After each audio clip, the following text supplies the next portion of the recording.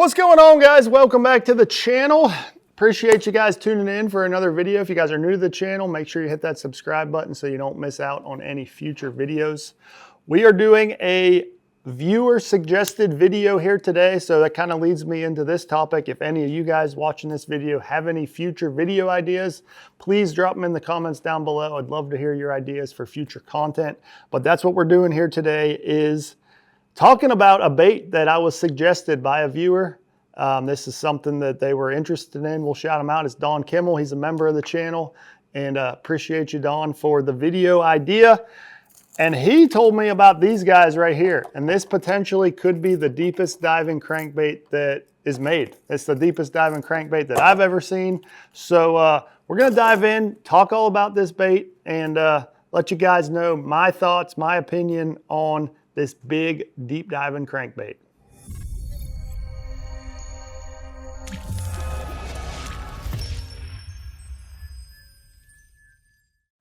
Okay, so this guy right here, this is the DRT Police. I believe that's what it's called, the Police. It says Investigation Deep Water. Obviously, this is a Japanese bait. Now, these are pretty expensive right off the bat, so that's something that, you know, that's kind of a con of this bait, is this is a very expensive bait. I think this is like a $60 crankbait, so it's probably the most expensive crankbait that I have in my boat, in my box. It's extremely big bait. This is a very large crankbait. Let me see if I have something here that we can compare it to that most everybody will know. We have another bait around handy. Actually, I have this guy right here. So this is the Bill Lewis DR24. It's a new bait that just came out, but this is about the exact same size as, say, your 8XDs as far as a body size here. And now when you put the DRT next to him, you can see he is substantially bigger. If we go this way, you guys can see he is substantially bigger than like an 8XD or the DR24 crankbait. So right off the bat, it's a very large bait. I think he weighs 1.5 ounces, maybe. Let's see if it has a weight on the package. I do not see a weight on the package here, but I also can't read Japanese writing, so it could be on there. But anyway, this is a very big, heavy crankbait. Now, it does get down extremely deep. I mean, you can see this guy's used, he was digging down in the dirt, picking up some clay and diving down there. You know, I played with this bait on the water for a good little while. You know, it's not something that you can just take out of the package, tie on, and immediately figure it out and figure out, you know, the time and place for it. So let's kind of dive into that. So to start right off the bat, there is 2 line ties up here. Now, it does not come with a split ring, and that's kind of standard on all Japanese baits. I think it's because a lot of the anglers there use snaps instead of split rings like we do here. So they can just tie on to a snap and then change the line tie. But I put a split ring on here because I like tying directly to a split ring. So I put the split ring on the front line tie first, like the one closest to the end of the bill. I put him on here. And what I found with that one is the bait will actually dive deeper if you want to get it to just the maximum depth. But the issue I had with the front line tie is when the bait hit the bottom, it wanted to just blow out and it would just kind of come up to the surface and it would never quit diving.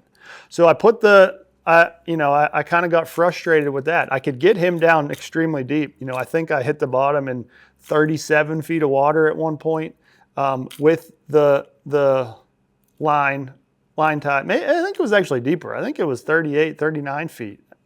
I'm trying to remember exactly how deep it was. But so I can't exactly remember how deep this bait got on that front line tie. But the issue, like I said, that I was having with it is once it hit the bottom, no matter what depth it was, it did not want to just keep digging and diving into the bottom. And a lot of times that's what you're looking for in a big deep diving crankbait. So I actually just tied him on there.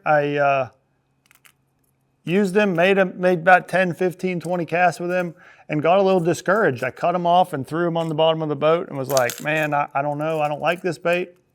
But then, you know, I moved the split ring to the other line tie, which is closer to the head of the bait. So he's just back a little bit. I mean, hopefully you guys can see those two line ties there. So I put it on the back one, which is closest to the nose of the bait, threw him out there.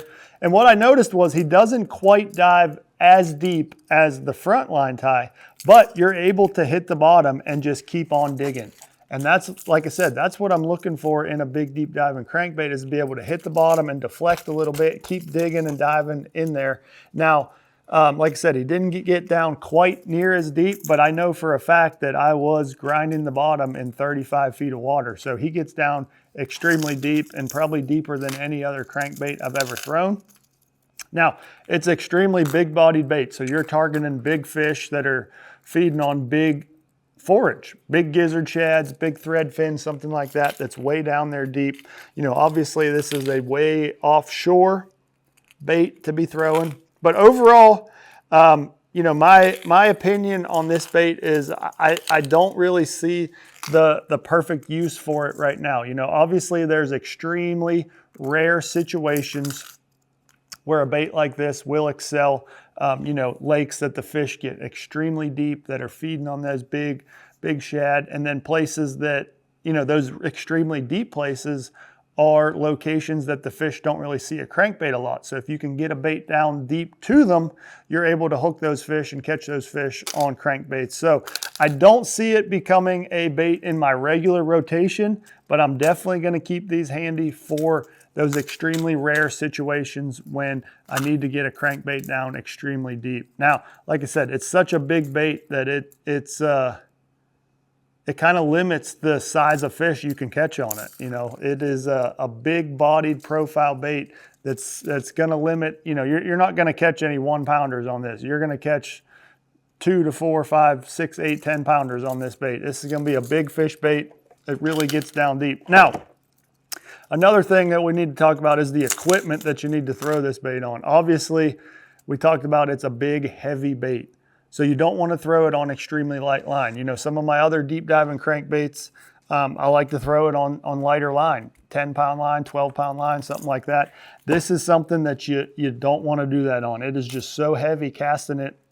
You need to throw it on heavier line. So I was throwing it on 15-pound Seagar and Vizex, but I could see you even getting away with 17-pound. You know, you want to throw it on heavier line because of how heavy it is, and it's pretty dang expensive. So you don't want to be throwing it on extremely light line and end up losing the bait.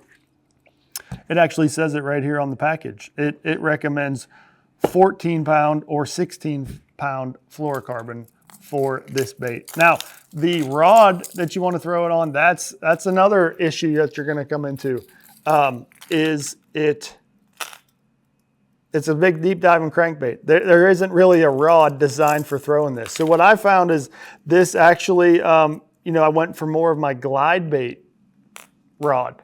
You know, you want a moderate action for a crankbait, but it needs to be heavy enough to cast those big heavy baits a long ways. So I went with more of a glide bait style rod for this. It seemed to handle it well, excel very well. I think it was the Dobbins Fury, the swim bait series. I can't remember. I think it's the 7'9" heavy maybe, but a big glide bait rod. It can handle this big deep diving crankbait and still have a little bit of a moderate action for when you do hook a fish.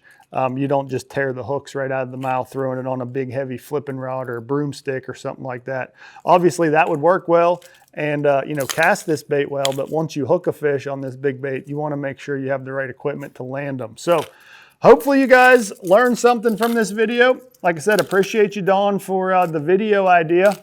But overall, I think this is something that's extremely niche scenario, and I don't think the everyday angler needs to have this bait in their tackle box. But for extremely rare situations, it's something that I may have to pull out and maybe catch a few fish on someday. So appreciate you guys tuning into this video. If you like this type of video, drop some new baits in the comments down below, and we'll pick a few up, test them, give you guys my opinion on them for sure. So appreciate you guys as always. Leave those likes, comments, and good stuff down below.